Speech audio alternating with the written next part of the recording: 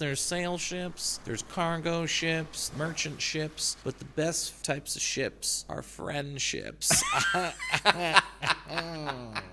This is BTX Elite with Mike Donovan and Bobby. What if I told you that you can get anything?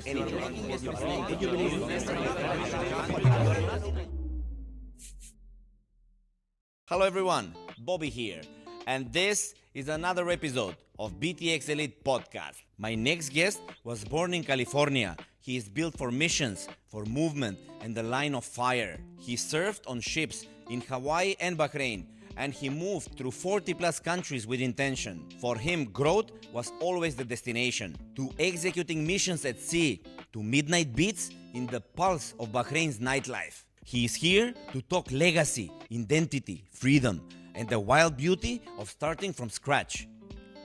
Welcome, Habibi. Thank you so much. It's a pleasure to be here. I'm very happy to be conducting the interview with you today. Here I'm asking always the first question, which is, how are you today? Things are good. Went to the gym earlier, just got a good workout in, some cardio, and I'm relaxed and ready to gab, ready to chat. What about weights? Weights, I alternate, so some days, some lifting, some days some cardio.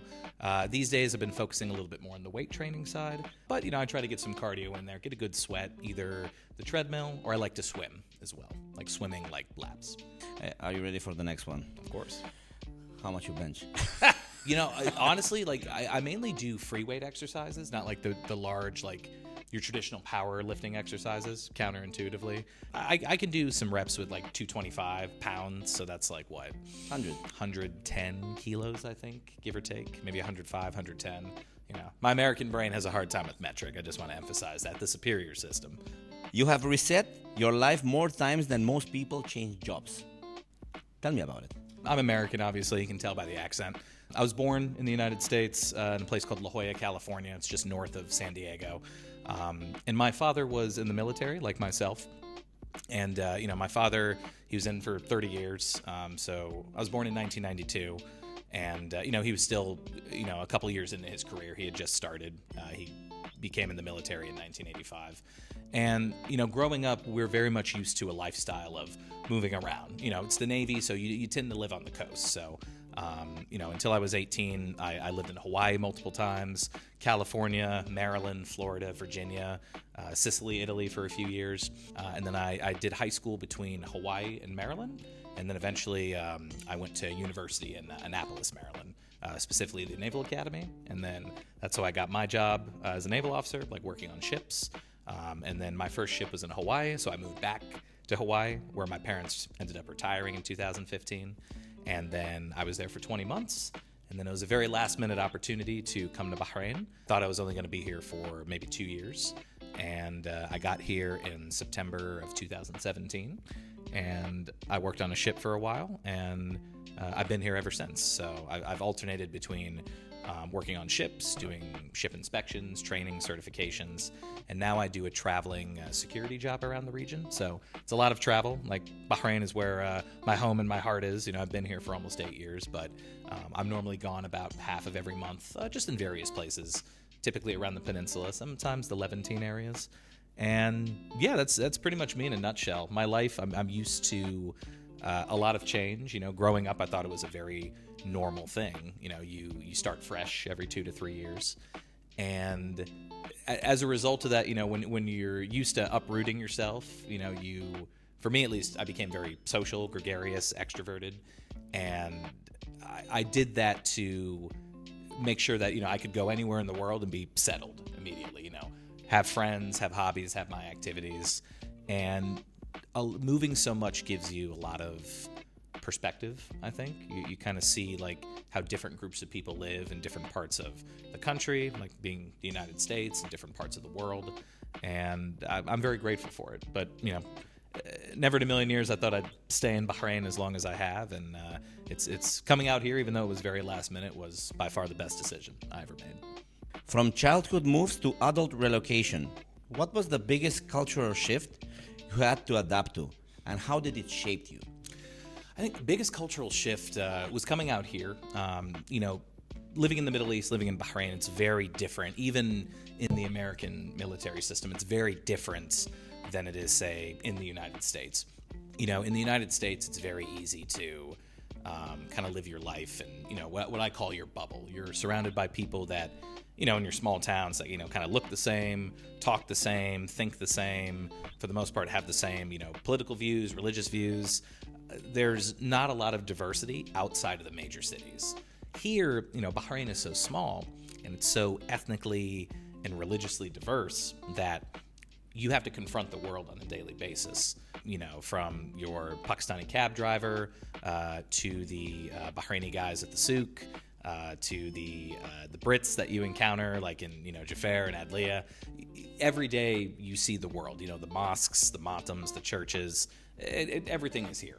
And Bahrain, historically speaking, being such a center of trade, with the pearling industry, and then shifting into petroleum, and then having the British influence until the 1970s, they gained independence. You just for over several hundred years, you've just had multiple different types of outside powers, outside peoples coalesce here and kind of form the fabric of what is Bahraini culture, Bahraini life. It's a bit different in terms of, in the United States, I think a lot of folks are very isolated from each other. They're stuck in their bubbles, like I said earlier, and there isn't much of a desire to kind of get out of your comfort zone. But here in general, you just find so much diversity, people that have traveled, and again, I think that's what the biggest difference is. Here you have to confront the world, and people here also, in a good way, really look out for one another. I think it's much safer in this part of the world, and I always have to tell people back home, call it, maybe it's propaganda, call it just, like the movies and TV shows of the last 20 years, but a lot of people genuinely think a lot of the Arabian Peninsula is, Bedouins, camels, and sand dunes and desert. That couldn't be farther from the truth. Obviously, those things exist in small pockets, but, the Middle East as a whole is on the cutting edge of technology, of economic development, of global trade, of tourism, and it's extremely safe. I personally, I don't lock my doors. I haven't locked my doors in, at least 5-6 years. And I never feel that people are going to take advantage of me. Even as an American, you could be the most stereotypical American, like going to the souk, not knowing how to, negotiate to get a good price. And people here, they're not cheaters. They don't steal. I feel at ease and I feel at peace. And having traveled extensively in the region, in the Arabian Peninsula, in the Levantine areas as well, for work and for personal reasons on holiday. As much as I love exploring and learning about the broader areas of Arab and Islamic culture, the Ummah, if you will, I always appreciate Bahrain more and more the longer I stay outside of it. Every single time. I always find that Bahrain for me it's the Goldilocks of the region. It's just right. It's the sweet spot. And when was the last time you went home?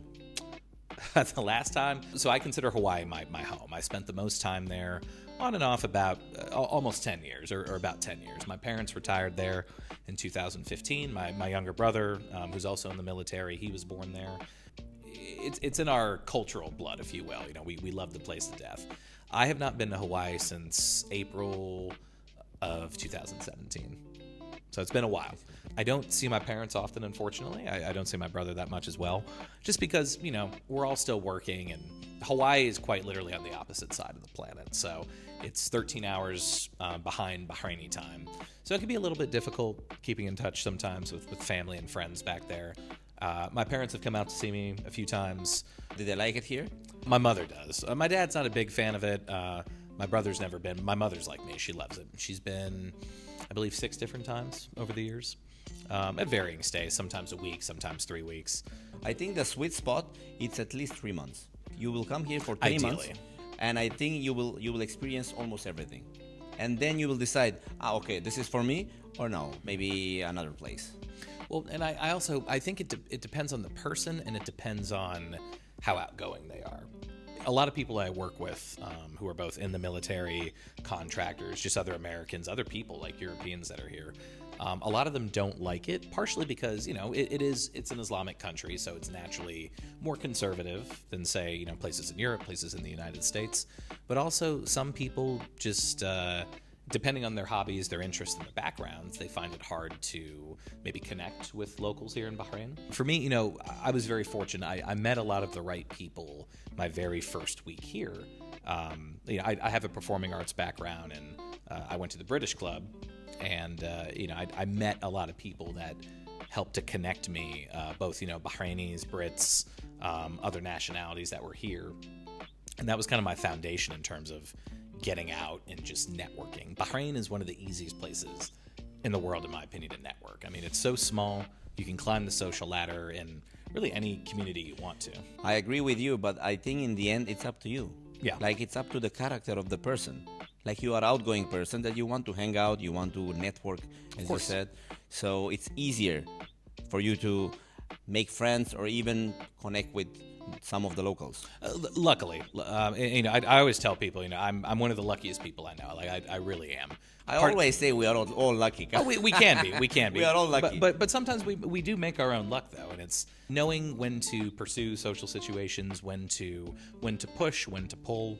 But really, what I tell people, especially new people to Bahrain, it is truly what you make of it. If you just want to, go from work to home to work, stay in Jafar, maybe once in a while go to the souk, you can do that. But I always tell people, get out, rent a car, explore Bahrain, go to the villages on the west side, see the farms in Barbar, go to the camel farm, go see the Tree of Life, go to the souk, do the Pearling Path in Baharag. I mean, there's so many Arab cultural things to do. And then on top of that, there's all sorts of communities based off your hobbies. If you like sports, all kinds of sport clubs, football clubs. If you like chess, there's chess clubs. If you like theater and performance, there's theater and performance clubs, motorcycle club. I mean, everything. It's like, turns out Bahrain, like everywhere else, is a modern country. So they have modern activities that cater to people from the West, from the East, and all walks of life.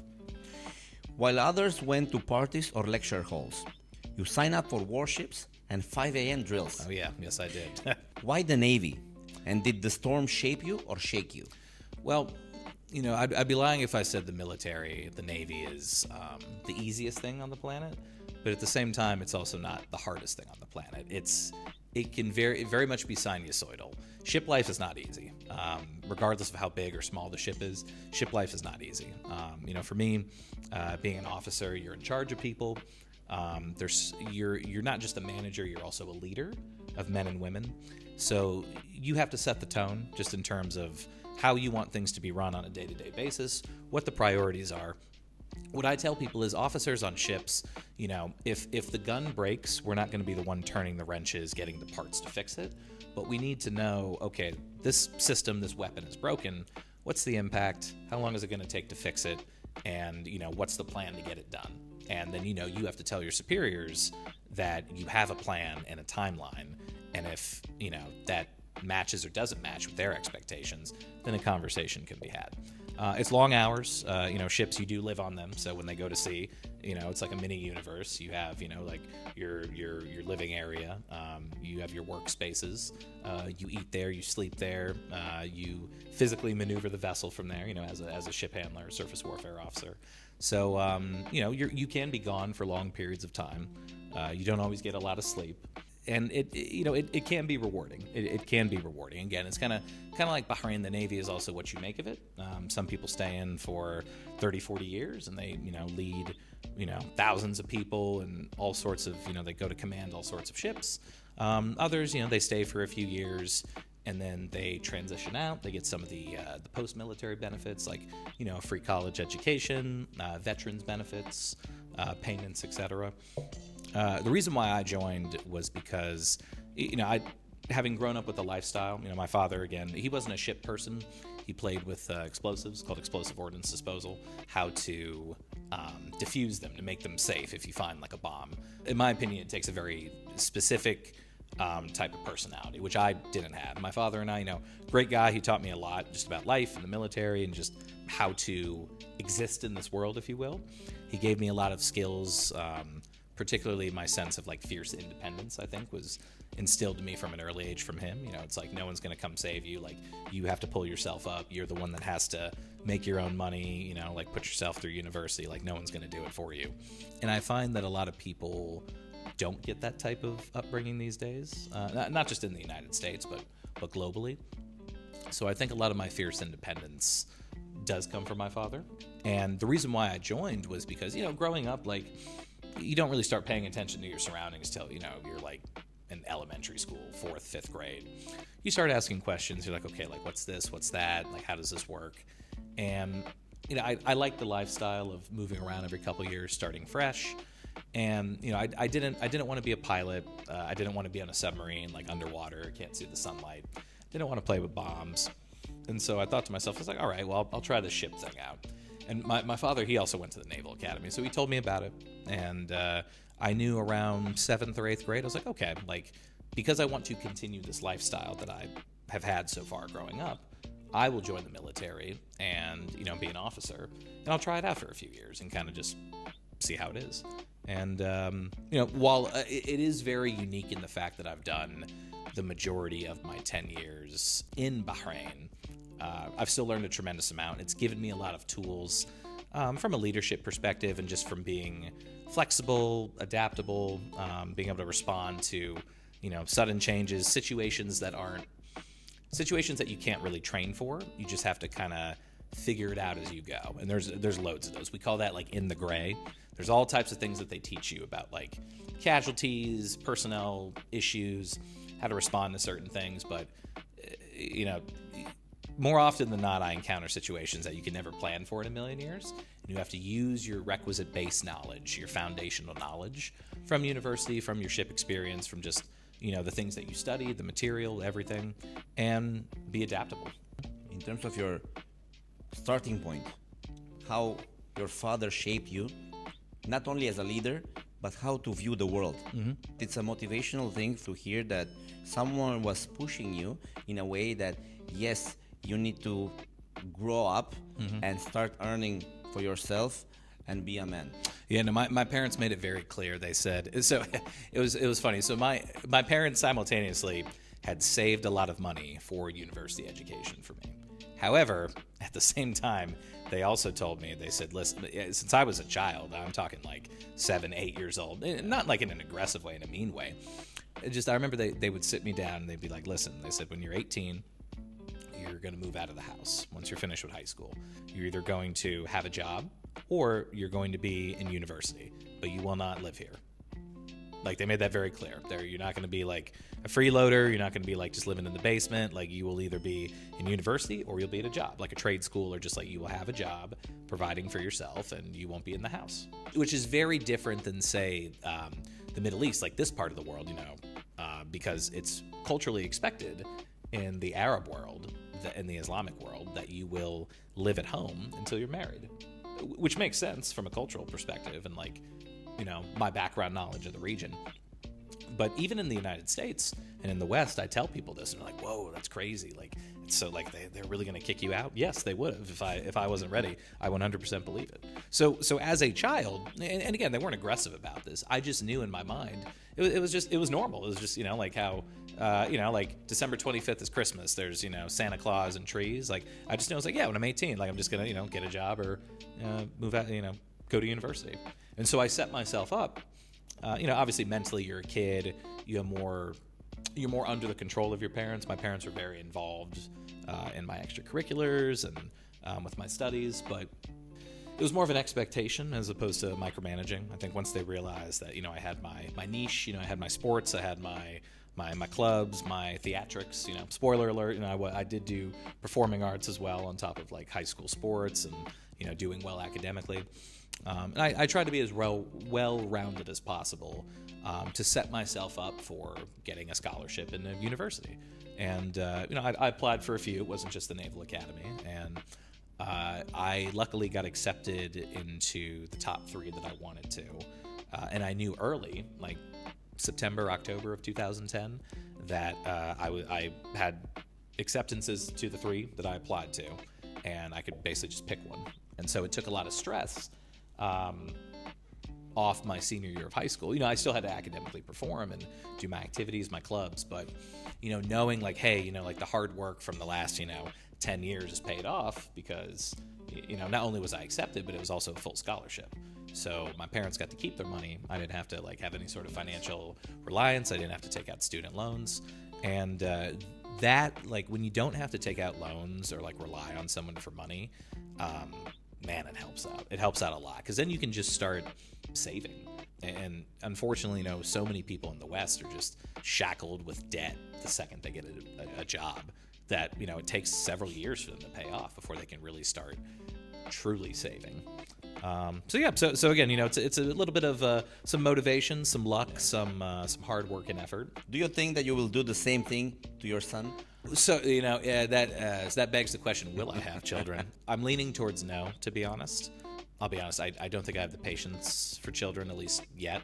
But there's also some things I want to do in my life, like before I would want like a long-term partner or a child, like more focused traveling. I would say if I were to have a child, I would definitely encourage them to perform academically and also appreciate, the value of working hard towards goals.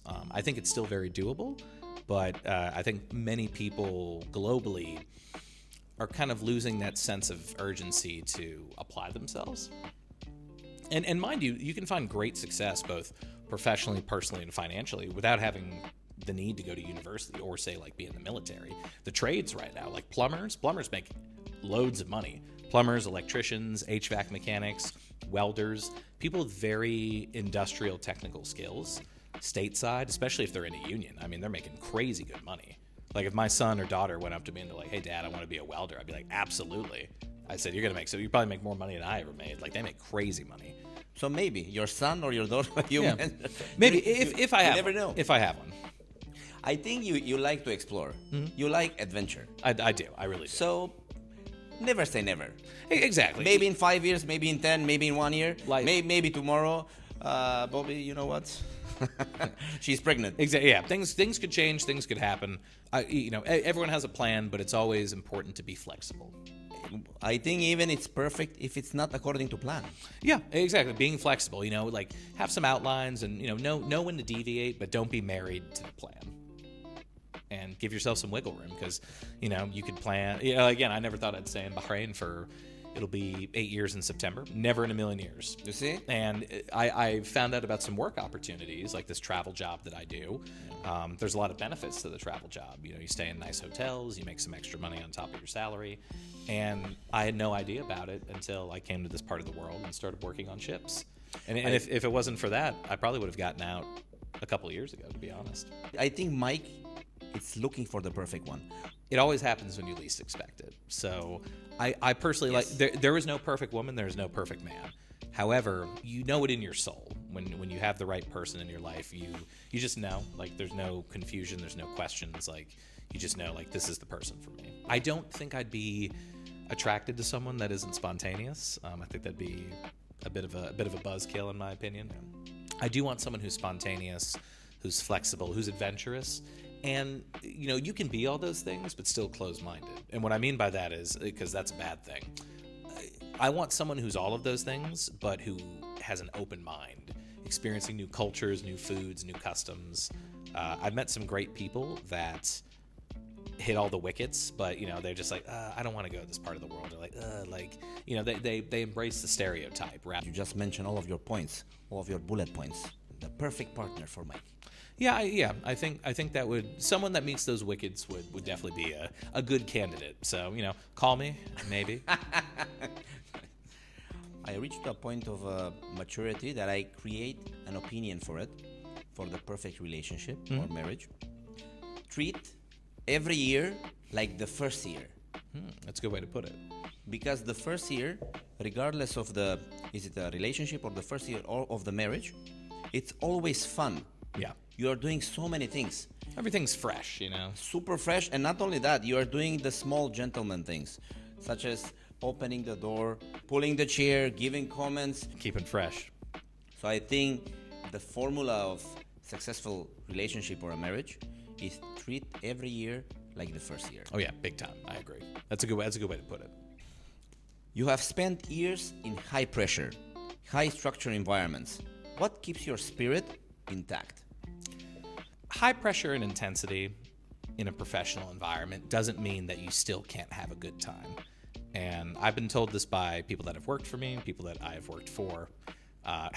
Finding humor in the absurdity, finding humor in certain social situations, finding humor in, the most when it's appropriate. I think my sense of humor kind of keeps me grounded, and it allows me to not get tunnel vision and sucked into the chaos or the intensity.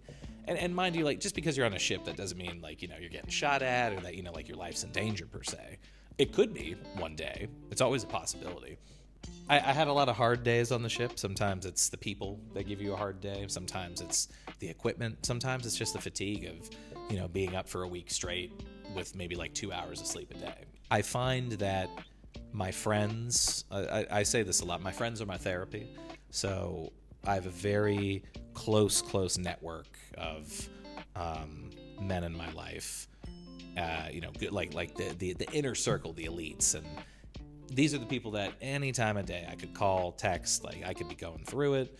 I could be stressed. I could just want to vent. I could just want to like ask random questions about life, the universe, etc. They'll always respond. And those guys have really helped me out on some of my hardest days, both personally, both professionally. And it's just good to know that you have a strong social network and foundation that will be there during your toughest times. And luckily, I haven't had too many tough times. Like life, I'm very, very fortunate. I'm very lucky. Life has been great. More often than not, life is great these days. But like anyone, you're fallible. Sometimes you make mistakes. Sometimes things just happen. And it's always good to know that people have your back, regardless of where you are and what you're doing in the world. And I'm fortunate that I can say that people have my back. And I try to have people's backs as well. He has my back. Yes. If I have any issues, Boom. Mike. Again, I'm very responsive at texting, so. Let's talk Bahrain. Yes. This wasn't just another stop. It became your scene. What made you stay, and what made it feel like home? Like I said earlier, I got plugged in really fast with the social scene. So, the average person in my profession that comes to Bahrain, they stay for 18 months, maybe 2 years max.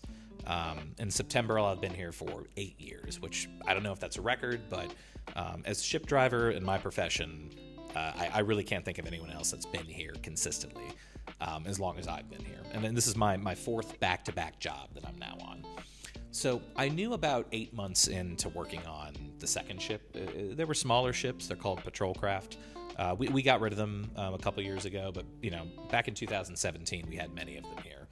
And I was trying to figure out if I wanted to make the Navy a career, like if I wanted to keep being on ships and, like go back to sea as like a higher level manager and eventually one day maybe be a ship captain. So when I was looking at jobs, this is when I was in Hawaii, I said to myself, okay, what is something that can give me a more intense experience without having to like sign a contract? Because there's a contract you have to sign if you make a certain level of like mid-level leadership management. It's called a department head. So I was like, okay, what can give me the department head experience sort of without the commitment of a contract? And I was like, oh, I'll go to a patrol craft, small vessels, like you're talking like 25 to 28 people, high intensity operations, like little sleep, like long days. You're always burning and turning. And so an opportunity came up and I was like, all right, let me try this Bahrain thing out. And I knew after about maybe 8 months of being on the ship, I was like, okay, I've learned a lot, but I was tired and I wasn't even halfway done with the job yet. I was 8 months into a 24-month job. It ended up being a 28-month job, which is another story. But I said to myself, okay, I don't want to make the military a career. A career is typically 20 years. And I said, I don't want to be on ships for 20 years. So I said, all right, I'll finish my time here, maybe do one more job in Bahrain, and then get out of the Navy. So I was originally planning to get out maybe like 2020, 2021. I had to do 5 years of service. I commissioned, which is like you graduate university and you become an officer in 2015. And you owe 5 years. You have to do 5 years of service, like 5 years working for the military as an officer. And the job that I do now, the traveling security job, I encountered those people in my very first port visit in May of 2018 in Hamad in Qatar, which is like maybe 45 minutes south of Doha. So I'm beat down, I'm exhausted, I'm on like 2 hours of sleep. We pull in, I see these cool guys, jeans, Ray-Bans, polos, and they're just like directing things. And so they come on the ship and I was like, whoa, like who are these guys? They look so cool. They're like, oh, like we're security, we're force protection. I was like, what's that? They told me all about it. They're like, hey, you travel around the region. I love to travel. You get paid to travel, which I never thought I could do. And I was like, I want to do that job. So I knew, I said, okay, before I get out, I'm not going to make a career out of the Navy, but I'm going to do the cool security travel job for 2 years, make some extra money, and then I'll get out and see where the road takes me. What ended up happening was I got extended a few extra months on the ship. So again, this is originally, I'm thinking I'm leaving in like 2021. I got extended a few months on the ship. I was supposed to leave October 2019. I ended up leaving until end of January 2020. So what's right around the corner? COVID-19, of course. So unbeknownst to me, COVID was about to happen, but it was a blessing because the government said, listen, we don't have any availability for the traveling security job. So if you want to stay in Bahrain, you have to do this other job, the training and certification job. Didn't know a thing about it, but I had missed so many opportunities just for like events, cultural things, parties, art events, performances, you name it. Just being physically at sea all the time and like stuck on the ship for long hours of the day. That I just, even though I'd seen so much of Bahrain, I'd met so many people and gotten my foot really in the cultural door, I felt like there was more. I was like, all right, like let me do one more job here to fully get the experience. So that job that wasn't the security job ended up being for 2 years until availability opened up. And unbeknownst to me, because of COVID, had I gotten the traveling job in 2020, it would have been terrible because the ships weren't going anywhere because of COVID. So there's no visits, there's no travel. So it ended up being a blessing in disguise. So I did this training job for 2 years, and then I started the traveling security job in March of 2022, and I've been doing that ever since. And so basically, after this year, this will be my last full year in Bahrain, and then March of next year, I should be done with the military, and I'll be taking a break from Bahrain for about a year. I plan on doing some traveling on a global scale. And then coming back to Bahrain, opening a club called Mike X. Chateau D, X Mike, But yeah, there's some focused traveling I want to do. There's some places that the U.S. government will never give me permission to go to that I really want to go to in my life as a young man without a wife and a child. That there's just some things I have to do in my life to say that I've lived it to the fullest. Do you have a bucket list? Of course, yeah. It's all travel related. I think my big goal right now, I want to hit 100 countries before I turn 40. Did you went to the Balkans? To where? To the Balkans. I haven't, not yet. It's on the list, but I haven't been there yet. As you said, Bahrain is located in the heart of the Middle East somehow. Yes. So everything is easy approachable. Yes. So in the Balkans, Macedonia is in the heart of the Balkans.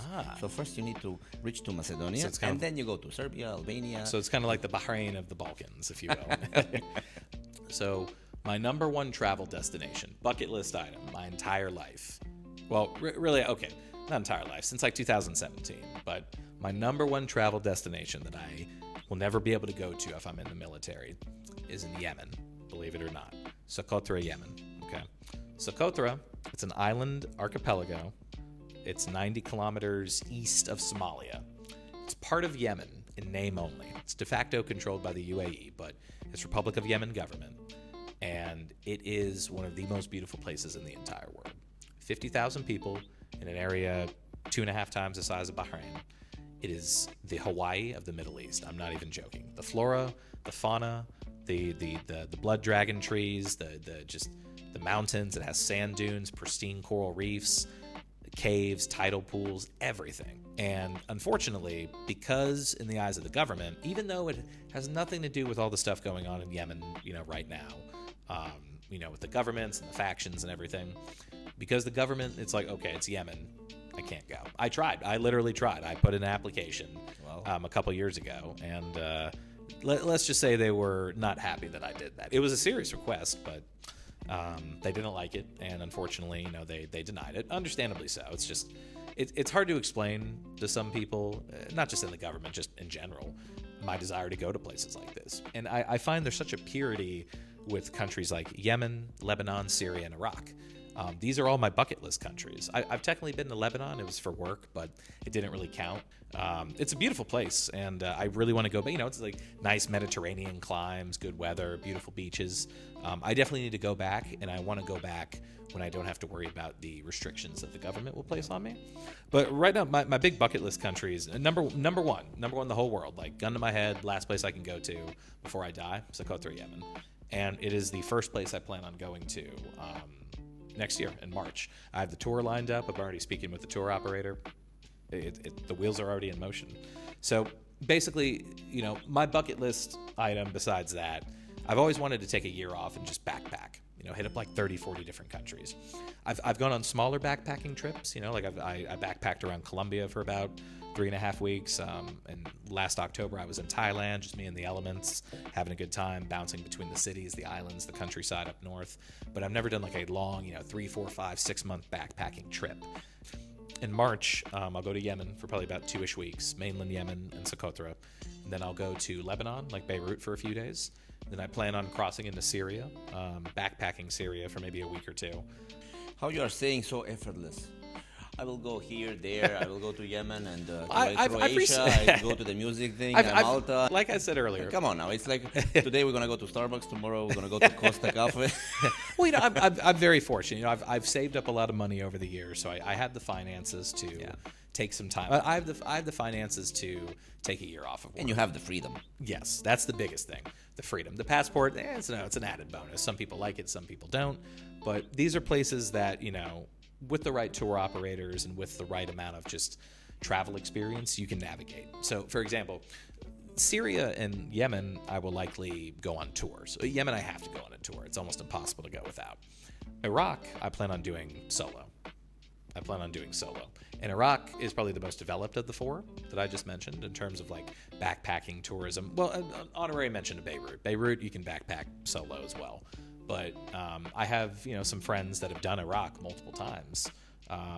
Even recently, there's one person that I follow travel-wise. Her name's Victoria, and just kind of like, she's a British national. She lives in Lebanon, and kind of just seeing how she like goes around, and it looks like she's in parts of Bahrain at times. Just like there's malls, coffee shops, souks, shisha. It's a normal place to an extent in terms of entertainment, but obviously rich history, rich culture, and the prices are good, and you don't encounter a lot of tourism. I love going to places where I'm the odd man out because it forces you to interact with people, because people, whether you like it or not, are going to interact with you. If you don't look like the locals and you go to somewhere and you're the only person, you might be the only one they've ever seen, depending on what part of the world you're in. So make a good impression, don't be a jerk, like be approachable, even if you don't speak the language. What I've learned over the years is humans for the most part are the same, cue the music, but it's just like, it's cheesy. It sounds like stereotypical, like Instagram wanderlust influencer, but it's really true. Like there's more good in this world than bad. It only takes a handful of bad people to ruin it for the majority, but especially in the Islamic part of the world, like I could be in trouble and I know that someone would pat my back, even if we can't speak the same language. People look out for each other. And sometimes it's the people that are the most impoverished with the least amount of money that are the most generous, kind-hearted people in the world. So anyway, that's part one. So we're going to do those countries, maybe Algeria, depending on what time it is. My goal is by mid to late May of next year to be in Brazil. I will follow up, by the way. I will check on you. Oh, yeah. Just follow me on Instagram. It'll be live feeds all the time. But Brazil, around mid to late May of next year. And then from Brazil, backpack all of South America, all the countries except Venezuela. It's very difficult for us to get a visa. Depending on what time that is, like when I finish all that, when I'm done, I'm going to fly to Mexico and work my way from Mexico all the way to Panama. And depending on what time that is, my goal is to be back in Bahrain mid to late February of 2027, and then ideally get a job, contracting in some capacity, like working for the U.S. again.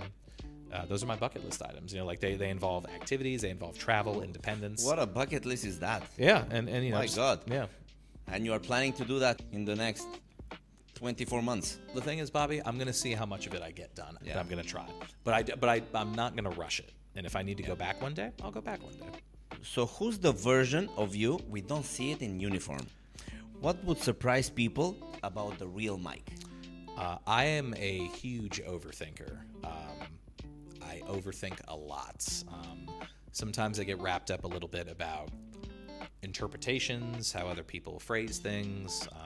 We mentioned earlier I'm a great texter, so I've had to learn over the years that just because someone doesn't text you back, that doesn't mean that they're ignoring you or they don't want to speak to you.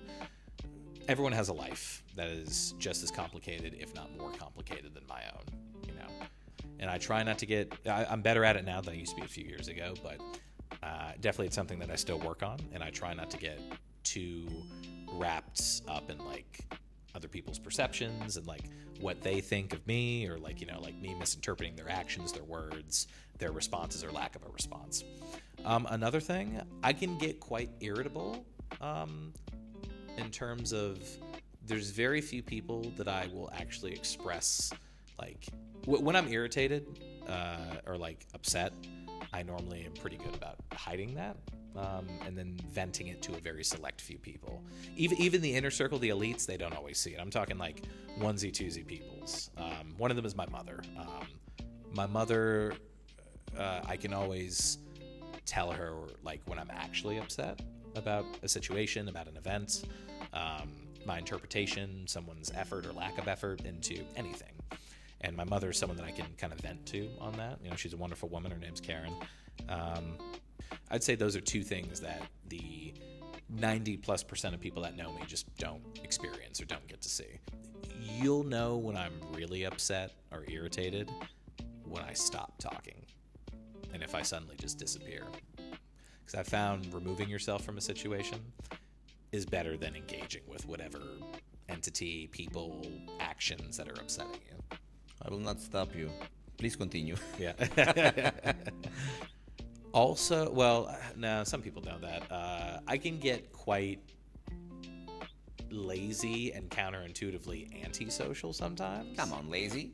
You're not lazy. Believe it or not, I can be extreme. You are late today because you were in the gym hitting the weights and cardio. So I think the last thing is that Mike is lazy. No way. No, Bobby, trust me. I can be extremely lazy. You don't see it, but I'm extremely telling you. lazy, traveling to 100 countries in the next 12 months.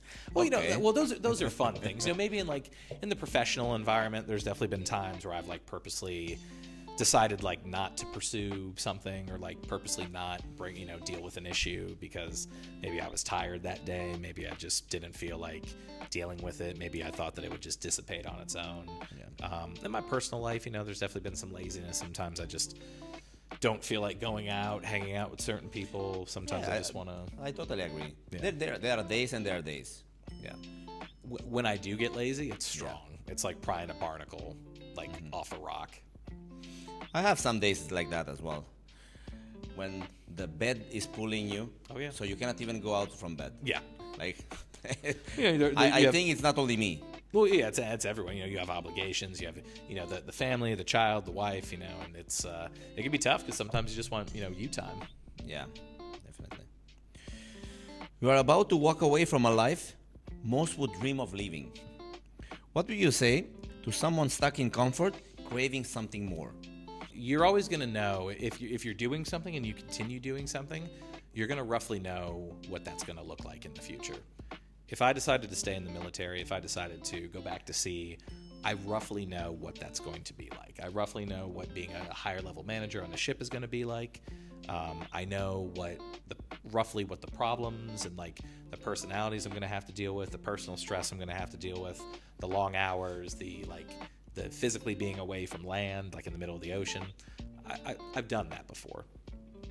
I could do it again. I think I'd do a decent job. I wouldn't be perfect at it, but I think I could go back to sea and I could figure it out. But the thing is, Bobby, my heart's just not into it. And that's, it would be a disservice to the sailors that I'd be in charge of and the officers, the more junior officers, and to my superiors to go back to sea because my heart's just not into it. So what I tell people is if they're comfortable and they're seeking more, take the risk. Take the risk. Me walking away from this government lifestyle, it's a risk. I don't know if it's going to work out. I really don't. I've set myself up financially so that I have wiggle room. I have cushion in case I need to take more time off to get a job. But the thing is when you're old and you don't have the mobility and you're stuck at home or you can't do the things that you used to be able to do as a young person, you don't want to ever look back and say, I have regrets. And I know in my heart that if I continued with the military, and I'm sure I could have a great career, rewarding career, and there'd be great money and opportunities and leadership, etc. But I would look back and I would say, what would it have been like to do this in my 30s? What would it have been like to, go to the island of Socotra, backpack across Iraq, like have these adventures to meet people, not just locals, but just, travelers, adventurers from around the world. And I would always wonder. I'm sure I could do it in my 40s, but it's just, you're older by then. That doesn't mean you're less able, but I want to do it when I'm still relatively young, relatively mobile, and free from, family obligations, personal obligations, so that I can kind of forge my own path. It's a scary thing.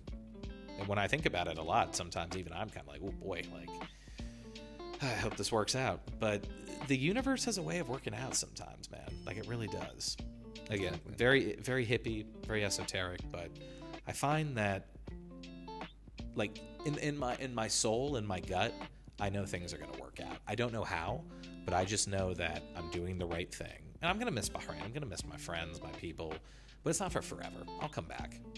Will I live here the rest of my life once I come back? I don't know. Maybe. But I'm open. And I think I just need to go on this journey to discover the world and also discover myself even more. And if an opportunity comes up along the way, kind of like how Bahrain came up, the security travel job that I do, I'll jump into it with both feet. You already visualize where you're going to go, what you're going to do, which countries you're going to travel. Yeah. The next step is manifestation. Yeah. Make it reality. Which obviously you are good at it. A lot of people talk, but, I make sure the plans make it out of the group chat. So I always do. Don't say it, do it. Yeah. Well, it's like when I went to Mauritania back in 2022. I'd wanted to do that since 2018. There's nothing saying that I couldn't go to Mauritania. I had to do a lot of paperwork, a stupid amount of paperwork. All these, most of the world doesn't even know where Mauritania is. They're just like, why do you want to go there? What do you want to do? I couldn't tell people that I wanted to ride a freight train across the Sahara Desert. It's inherently dangerous. There was nothing saying that I couldn't do it, but I got the permission. I did it. And I know now that I've done it, I'm so glad that I did it, because apparently now they're restricting people from riding on top of the Sahara train. Like it's a freight train, not a passenger train, Bobby. You're like on top of a pile of iron ore going across like 900 kilometers of the desert. Feels like Indiana Jones movie. Yeah, so you know what I mean? And that has been like, since I couldn't do Socotra, that was my like number 2 bucket list item. I had to do that as a young man before I died. And I'm so glad that I did. Seriously, it was such an accomplishment doing that. As dangerous, as crazy as that sounds.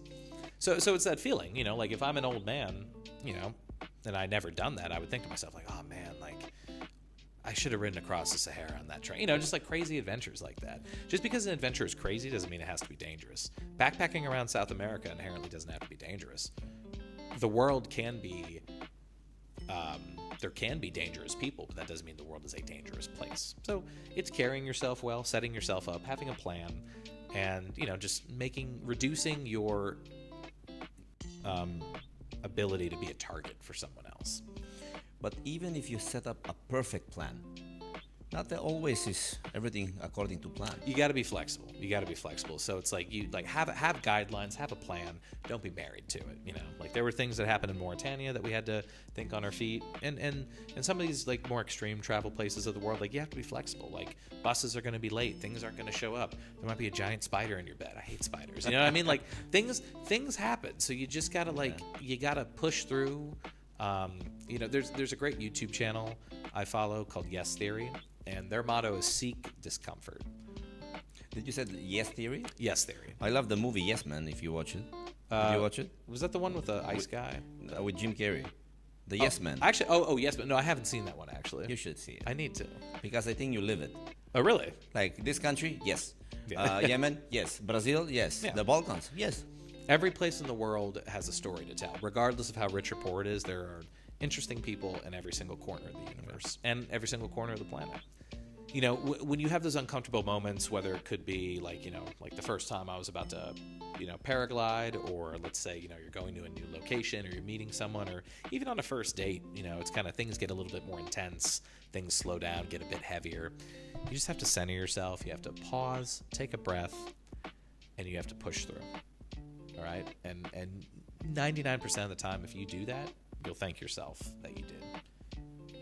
If someone watching this feels torn between safety and calling, what's the one message you leave them with tonight? Having a calling doesn't mean it has to be dangerous. You can plan. Again, like I said earlier, you have to be flexible, but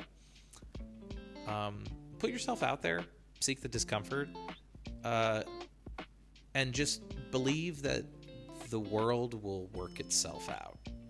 Believe the universe will find a way. And more often than not, if you go somewhere, even if you don't know anyone, as long as you have an open mind, as long as you explore, usually you can have a good time. Set yourself up for success, is what I would say, but also embrace the mystery, embrace the mystique, and talk to strangers, make new friends. It's important. People, regardless of how they look, how they act, they have a story to tell. We all do, at the end of the day. As we are doing right now. Exactly. Creating history. Okay, this one I will put in the cringe segment. You guys know the best kind of ships. There's sail ships. There's cargo ships. There's merchant ships. But the best types of ships are friendships.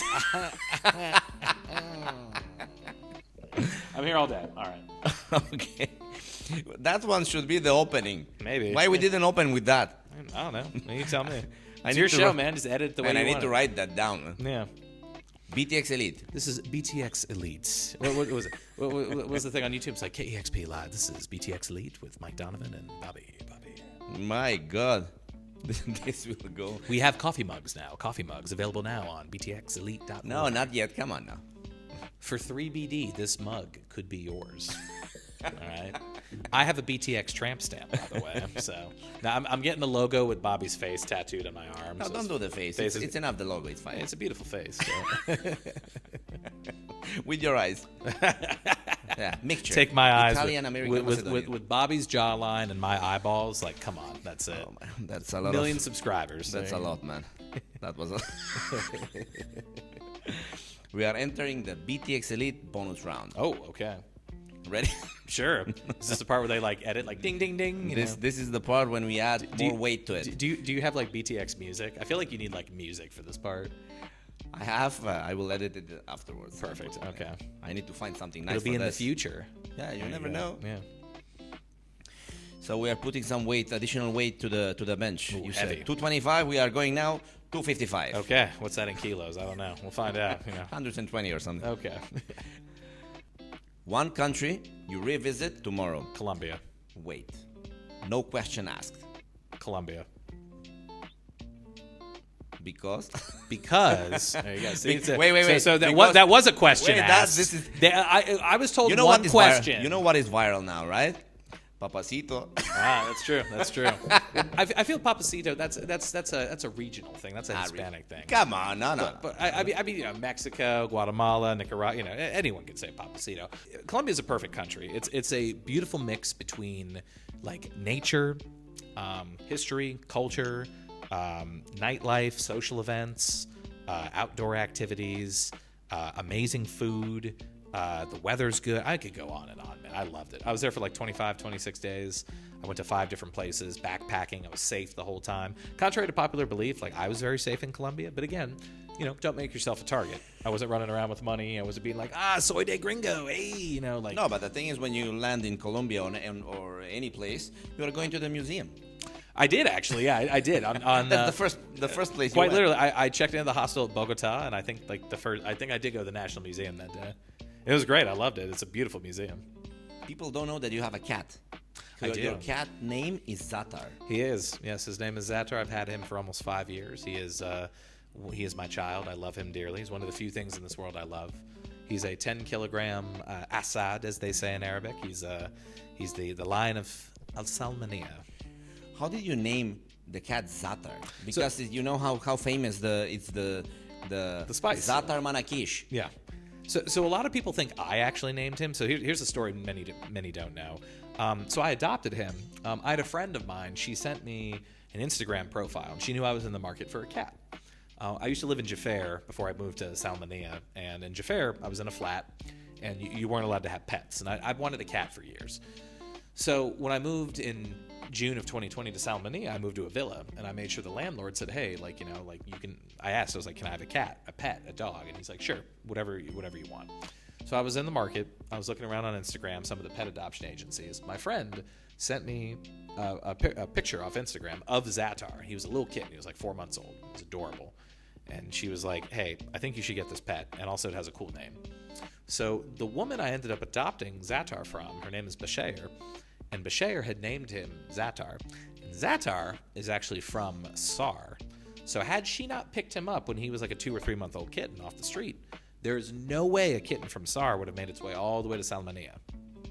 So I got very fortunate. And they say that pets find their owners, owners find their pets. Me and Zatar is crazy. Like I'm a goofy, wild, quirky person. Zatar is the same as a cat. We complement each other. His energy matches mine, and I couldn't have asked for a better pet. Now, that being said, there's a lot of people that he's bitten and scratched, so you got to be careful. He's not the friendliest cat. He's simultaneously extremely friendly and extremely territorial. Let's go with Zatar saying hello. Yeah. Biting, scratching, he marks his territory. He's also indoor-outdoor cat, and he's neutered. But I don't think they did it right because he is aggressive. So you see, Mike has a soft side. Of course. Like everyone. Yeah. What's your favorite house track from the 90s? It's Mood to Swing. The track is called Do It Your Way. It is the pinnacle of 90s house music, in my opinion. Mood to Swing, Do It Your Way. I love that song. I can listen to that song dozens of times in a row. It's a long song. It's like a 9-something minute song. And it has a great sample in it by a theater actress and critic and professor named Barbara Tucker. Barbara Tucker? Is it Barbara Tucker? Yeah, I believe it's Barbara Tucker. I might in the edit, if that's wrong, just put in who the sample's by. I'll send that to you later. But it's my favorite individual house track that I've ever heard, and it gets the people going. A book that shook your perspective recently. Oh, recently? Okay, recent read. I read this great book called Kafka on the Shore. It's by Hiro. I might be butchering the last name. Murakami, I think that's how you say it. Japanese writer. Amazing book. I read it. Well, when I say recently, I don't read as much as I used to. So I read this August of 2023, August to September of 2023, and it just stuck with me. He's kind of like Japanese Hemingway to an extent, and the story is very simple. It's basically like a guy's run away from home. And this truck driver has picked up this guy who's on a quest to find the stone, and there's a guy who's mentally challenged who can communicate with cats, and it's those three stories intertwining across the Japanese landscape in modern times. The book was written and came out in the early 2000s. It takes place in the early 2000s. It's incredible, and it's purposely vague and interpretive. So multiple people have multiple different meanings and interpretations of it, but wonderful read. Would highly recommend. If you want to borrow it, it's on my bookshelf. So you will send me the song. You will send me the book. Yep. The ticket that we are traveling together to Iraq. Yeah. You're coming to Yemen, right? Yeah. Yemen as well. That's true. You got to ask your wife first, but I think she will be fine with it. I hope so. The only thing that I know in Yemen, they have an amazing coffee beans. Yes. Yeah, the coffee's incredible. Exactly. So. This is what we are actually using. Yemen, coffee beans from Yemen, from Brazil, and of course from Mexico. Oh, fantastic. Oh, Mexican coffee is quite good. I've had it before. Where's my sombrero? What is the most random thing you have packed on a trip?